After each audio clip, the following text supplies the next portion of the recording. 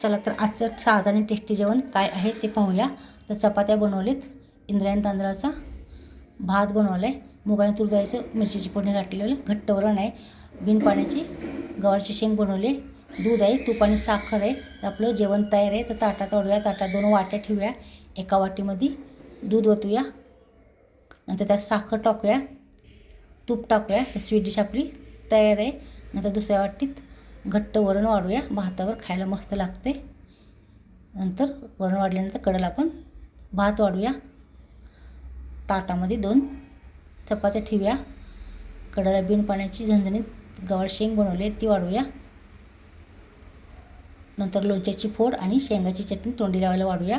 भातावर तुपाची धार सोडूया. तूप आणि वरण भात खायला मस्त लागते.